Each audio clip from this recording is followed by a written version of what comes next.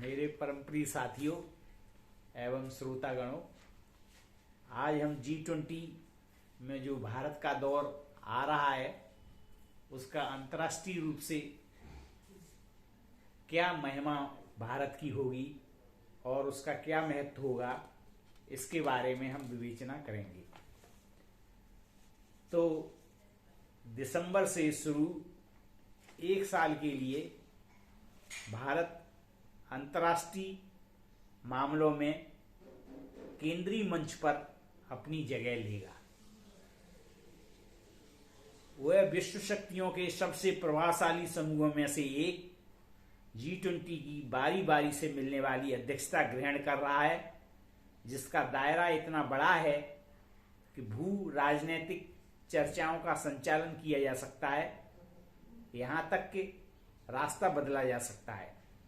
ये वह भूमिका है जो उस पर बिल्कुल अच्छी लगती है। एक किस्म का न्यूट्रल रेफरी जो ऊंची पदवी से बोलता है पर अनूठे ढंग से निष्पक्ष और गैर पक्षपाती आवाज है, जिसे हर एक राष्ट्र सुन सकता है। संयोग से दिसंबर में भारत ने एक महीने के लिए सर्वशक्तिमान संयुक्त राष्ट्र सुरक्षा परिषद की अध्यक्षता भी ग्रहण की है और सितंबर 2023 तक दुनिया के सबसे बड़े क्षेत्रीय मंच संघाई सहयोग संगठन SCO की अध्यक्षता भी ग्रहण करेगा। अचानक ऐसा लगता है मानो धरती पर यह भारत का स्वर्ण काल है। जो G20 रसूखदारों की मेज पर बेशकीमती कुर्सी है, उसमें नई दिल्ली के पास मौका है और वह उस मौके का सुदृढ़ रूप से बहुत ही सुहावना अंतर्राष्ट्रीय रूप से प्रकट करेगा।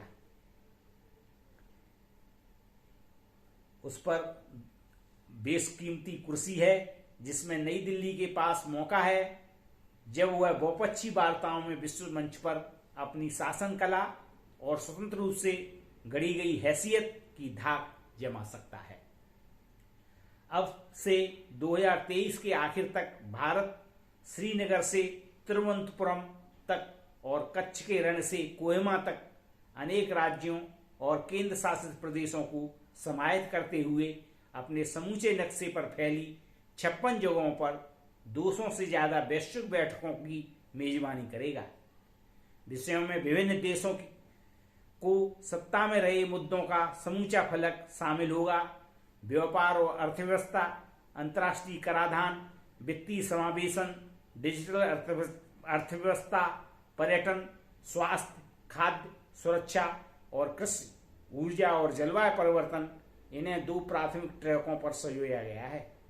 फाइनेंस ट्रैक जो आज 8 कार्यधाराओं से मिलकर बनी है, जिसमें 40 बैठकें होंगी। दूसरा शेरपा ट्रैक जो 13 कार्य समूहों से मिलकर बना है, जिसमें 60 सत्र होंगे। फिर 15 मंत्री स्तर की उच्च स्तरीय बैठकें होंगी, जिनमें विदेश और वित्त मंत्रियों की बैठक भी है। इसके अलावा कारोबार, विज्ञान, लैंगिक मुद्दे, स्टार्टअप जो भारत ने जोड़ा है, उससे जुड़ी गैर सरकारी संस्थाओं के लिए 12 एंगेजमेंट ग्रुप हैं। इनकी 50 से ज्यादा बैठकें, 25 सेमिनार और कार्यशालाएं होंगी। प्रगति मैदान दिसंबर 2023 में मुख्य शिखर सम्मेलन की मेजबानी करेगा। विशेष आमंत्रितों के अलावा इसमें 43 राष्ट्रों, सरकारों और अंतर्राष्ट्रीय संस्थाओं के प्रमुख के आने की उम्मीद है।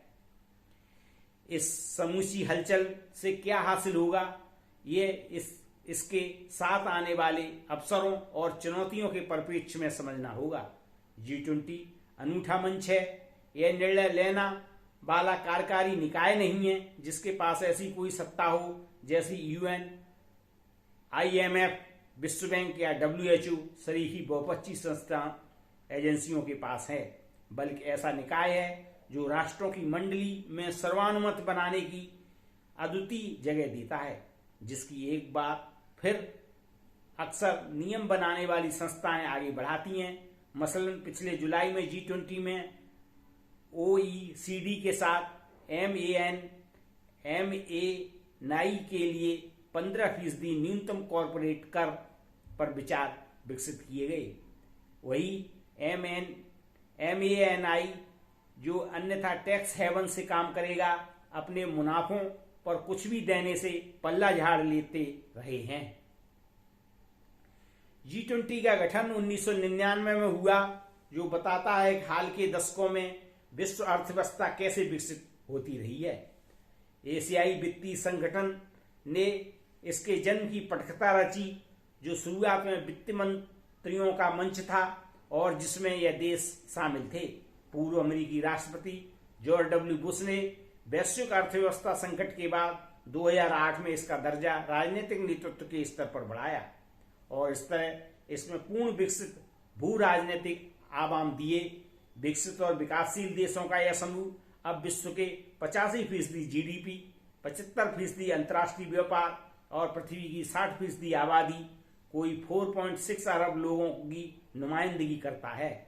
इस वैश्विक क्लब के सदस्य जब विचार विमर्श करेंगे, भारत समूहों का अग्रणी देश होगा।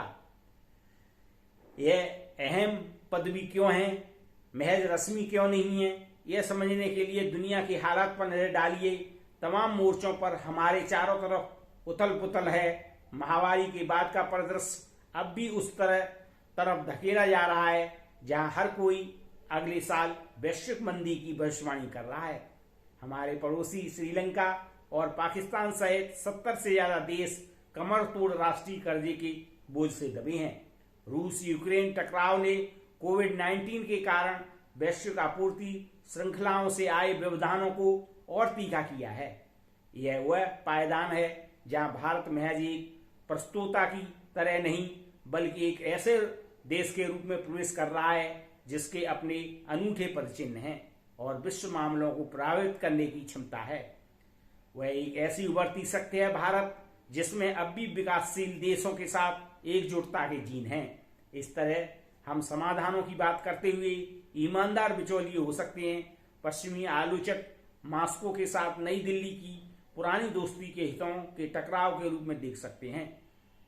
उस पर भी यह भारत को एक पक्ष के रूप में ऐसी गुंजाइश देता है जिससे वह दोनों पक्षों से बात करके युद्ध को खत्म करने की सर्वानुमति तक पहुंचा सकता है। व्यापक विशेषज्ञता का प्रयोग करते हुए इस जटिल लेकिन अंतहीन रूप से बेहद दिलचस्प तस्वीर को खोलकर हमारे प्रधानमंत्री नरेंद्र मोदी भारत को उस अनगिनत रंगों में प्रदर्शित करते हुए वैश्विक मामलों में कूटनीतिक जगहों की जगह भारत की तलाश को वैधता देने के लिए अगले साल का इस्तेमाल कैसे करते हैं, यह देखना बेहद दिलचस्प होगा। भारत की थीम एक पृथ्वी, एक परिवार, एक भविष्य इसी सहज ऊर्जा की अगुवाई करने की इच्छा दर्शाती है। संरक्षणवाद को उलटने के बजाय अपनी कोशिशों को सरल और कारगर बनाना मानवता के लिए एकमात्र उज्जवल रास्ता है। अतः मेरे परम प्रिय साथियों और दर्शकों एवं श्रोतागणों, हमने G20 के बारे में आपको पहले भी बताया था कि हम आपको निरंतर खबरें देते रहेंगे और उसका विवेचना हमने आपके सामने प्रस्तुत की है। आप सब्सक्राइब करें, लाइक करें और आगे आप सुनते रहें। इसके लिए आपको मैं निरंतर रूप से धन्यवाद देता रहूंगा।